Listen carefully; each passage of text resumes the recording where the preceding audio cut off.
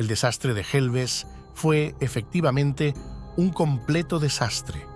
Retrasos, deserciones, falta de liderazgo y el mal tiempo hicieron de esta batalla una completa derrota antes de tan siquiera entrar en combate, también debido a la superioridad numérica del Imperio Otomano y un pirata que haría de esta contienda un infierno para España, Dragut o Turgut Reis, quien pondría la guinda sobre el pastel construyendo una torre hecha de huesos al final de la batalla. Es hora de sumergirse y descubrir la historia de nuestro país, la España de ayer y de siempre. Tras las derrotas en Preveza en 1538 y Argel 3 años después, España y Venecia veían con preocupación el avance otomano en el Mediterráneo. La isla de Yerba cambió de manos varias veces, siendo refugio de piratas como Turgut Reis. En 1551, Andrea Doria intentó atraparlo, pero Turgut escapó y atacó Malta y Gozo. Conquistó Trípoli y recibió el título de gobernador. Turgut saqueó Calabria, atacó Elba y Córcega y repelió un ataque español en Argel en 1559. El gran maestre de la Orden de San Juan en Malta buscaba recuperar Trípoli y Felipe II organizó una expedición con la ayuda del virrey de Sicilia. Guimarán aseguró que la empresa sería fácil debido a la distracción de Turgut en sus correrías por Berbería, la débil guarnición en Trípoli, la distancia del sultán y la promesa de ayuda de enemigos árabes de los turcos. En el Mediterráneo oriental, Piale Pachá lideraba una flota turca para estabilizar la región durante la disputa entre los hijos de Solimán el Magnífico. En respuesta, Felipe II de España envió al duque de Medinaceli como capitán general, respaldado por Juan de Mendoza, quien organizó una armada en Mesina. Aunque lograron hacer retroceder a Piale Pachá, el tiempo apremiaba. Para octubre, el duque de Medinaceli reunió una fuerza de 12.000 hombres en Mesina, con notables como Álvaro de Sande y Luis Osorio. Mientras tanto, Dragut, en Trípoli, solicitaba refuerzos al sultán. Este envió 2.000 tropas turcas en respuesta. En Mesina, la flota se reunió bajo el mando de Juan Andrea Doria, con la colaboración de su tío, Andrea Doria, quien trabajó incansablemente hasta su fallecimiento a los 94 años. El duque de Medinaceli, trasladando las fuerzas a Siracusa, enfrentó dificultades. Deserciones y disturbios retrasaron la preparación, y problemas con las raciones y enfermedades disminuyeron el ejército en más de 3.000 hombres. A pesar de todo, el variado ejército se preparaba para los desafíos venideros. Entre el 17 y el 20 de noviembre de 1559, la flota partió de Siracusa, pero el mal clima los obligó a regresar a Cabo Passaro. Durante este tiempo, surgió la indisciplina entre las tropas, con la sublevación de la compañía de Lope de Figueroa y Vicente Castañola. A pesar de los contratiempos, el duque de Medinaceli no abandonó su objetivo y reunió una fuerza en Mesina. En diciembre intentaron partir nuevamente, pero los vientos contrarios lo impidieron. Finalmente, el 10 de enero de 1560, llegaron a Malta. El duque tomó medidas para reforzar sus fuerzas y abastecerse, extendiendo la preparación hasta el 10 de febrero. Con vientos favorables, la flota partió hacia Seco del Palo, pero problemas con la falta de agua y enfermedades los llevaron a posponer el ataque a Trípoli y dirigirse a los Gelbes. En la Roqueta, intentaron capturar embarcaciones que resultaron ser de Dragut, pero escaparon. Las galeras se prepararon para abastecerse de agua, pero Dragut organizó una defensa sorpresiva, resultando en la muerte de numerosos españoles. Después de esta operación, las galeras se dirigieron a Seco de Palo, donde recibieron información sobre los movimientos de Dragut y Uluch Ali. Decidieron dirigirse a los Gelbes para esperar refuerzos, asegurando la cooperación de los mahamidas para la campaña contra Trípoli. Mientras tanto, el sultán otomano respondió distribuyendo oro entre los moros y enviando cartas para reafirmar su posición frente a los cristianos. Estas acciones tuvieron un impacto inmediato y la lealtad de los árabes cambió a favor de Dragut. Juraron obediencia al sultán y renovaron su sumisión, rompiendo sus lazos con los cristianos. Mientras tanto, el sultán preparaba una flota de 86 galeras y galeotes bajo el mando del almirante Pialí Pachá, con destino a las costas africanas como parte de sus acciones diplomáticas y militares. El 2 de marzo, la armada se trasladó a la isla de los Gelbes, enfrentando un retraso de 5 días en el desembarco debido al mal tiempo. Desembarcaron cerca del cabo Valguarnera, donde encontraron unos 11 pozos de agua potable, aunque de calidad cuestionable. Álvaro de Sande lideraba el cuerpo de vanguardia, con un total de 12.900 personas desembarcadas, incluyendo españoles, italianos, franceses, alemanes y caballeros de San Juan de Malta.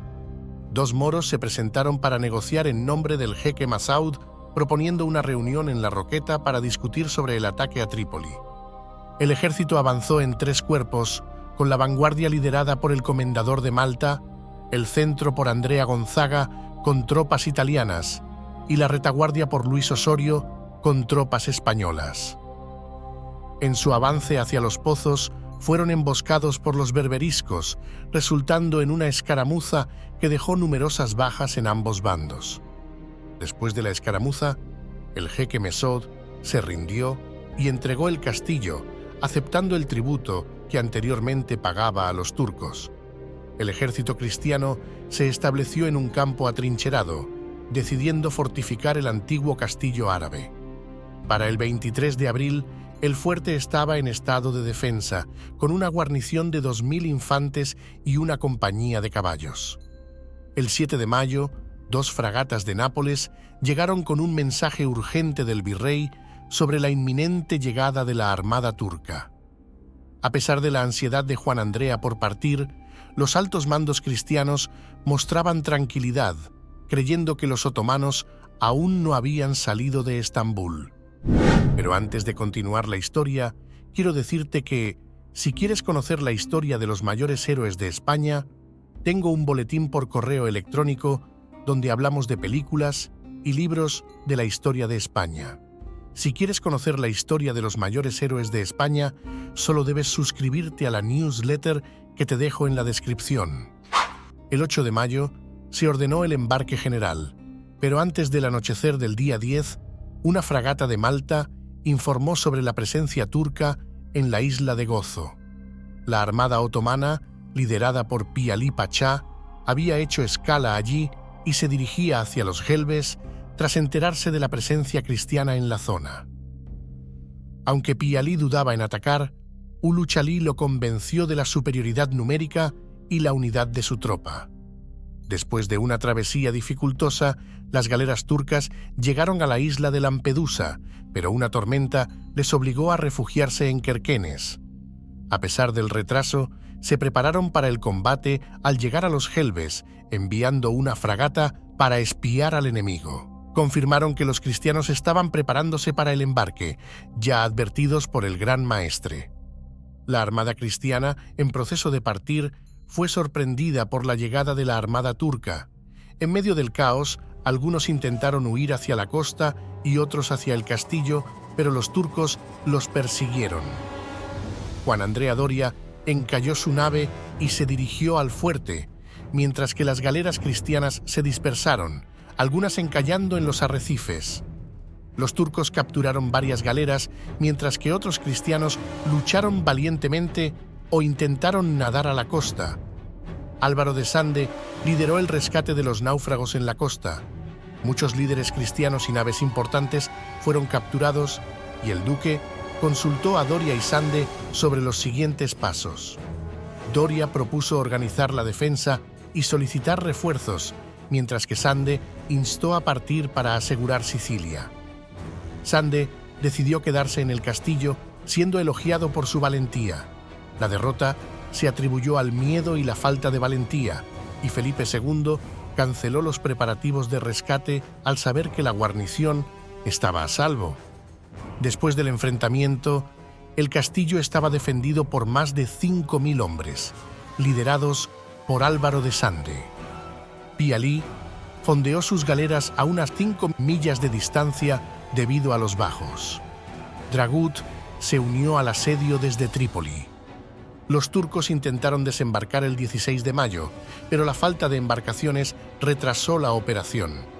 Los sitiados lucharon contra la escasez de agua, destilando agua salada para beber. El bombardeo turco comenzó el 6 de junio, centrándose en el torreón de la marina y las naves cristianas. Los turcos intentaron debilitar a los sitiados atacando las naves cristianas, pero fueron repelidos. Dragut intervino, pero se vio obligado a retirarse.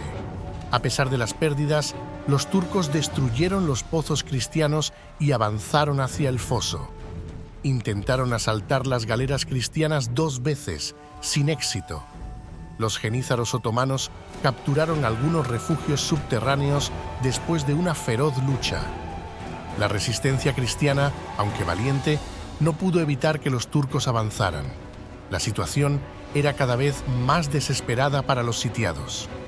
El asedio se volvió cada vez más desesperado para los asediados, con escasez de agua, alimentos y medicinas. Los turcos intensificaron su asedio, bombardeando las murallas y construyendo torreones para atacar desde arriba. El regreso del mensajero con supuestos refuerzos aumentó la moral turca. Con la orden del sultán de expugnar el castillo, los turcos redoblaron sus esfuerzos, llenando el foso, construyendo nuevos torreones y abriendo brechas en las murallas. Después de 81 días de asedio y con recursos extremadamente escasos, Álvaro de Sande lideró una salida desesperada el 27 de julio. A pesar del coraje mostrado, los cristianos fueron obligados a retirarse después de una feroz lucha, con pérdidas considerables en ambas partes. Después de días de asedio y con la situación cada vez más desesperada, un grupo de capitanes del castillo decidió rendirse, presentándose ante los turcos con la bandera blanca de rendición. Sin embargo, mientras se negociaba la rendición, algunos turcos atacaron las naves cristianas para saquearlas. Álvaro de Sande, tratando de evitar ser reconocido, se lanzó al agua y estuvo a punto de ser linchado por algunos excautivos. Sin embargo, fue salvado por la rápida intervención de Durmuz Reis, el capitán del Pachá. Mientras tanto, los jenízaros turcos atacaron a los cristianos que estaban en las murallas del castillo, causando muchas muertes. Solo unos pocos cristianos lograron refugiarse en el interior del castillo y fueron capturados al día siguiente. Los capitanes que habían solicitado la rendición fueron liberados, pero los prisioneros cristianos, incluido Álvaro de Sande, fueron llevados de vuelta a Estambul, donde serían rescatados años más tarde. La batalla resultó en una gran cantidad de muertes, estimadas en alrededor de 18.000. Después del asedio, Dragut ordenó la construcción de una torre llamada Burj al-Rus, o Torre de las Calaveras, utilizando los cráneos de alrededor de 5.000 muertos mezclados con adobe. La torre se erigió frente al mar como advertencia disuasoria contra futuros intentos de desembarco. Permaneció en pie hasta su demolición en 1848. Pialí lideró las fuerzas otomanas hacia otras campañas exitosas, consolidando así el dominio otomano en la región y preparando el terreno para eventos posteriores como el Gran Sitio de Malta en 1565. Este gran desastre recuerda mucho al terrible desastre en la derrota de Trafalgar, una batalla que nunca debió ocurrir y que te dejo el vídeo en pantalla por si quieres conocerla. Sin nada más que contar por hoy, solo te pido no olvidar el pasado de tu historia.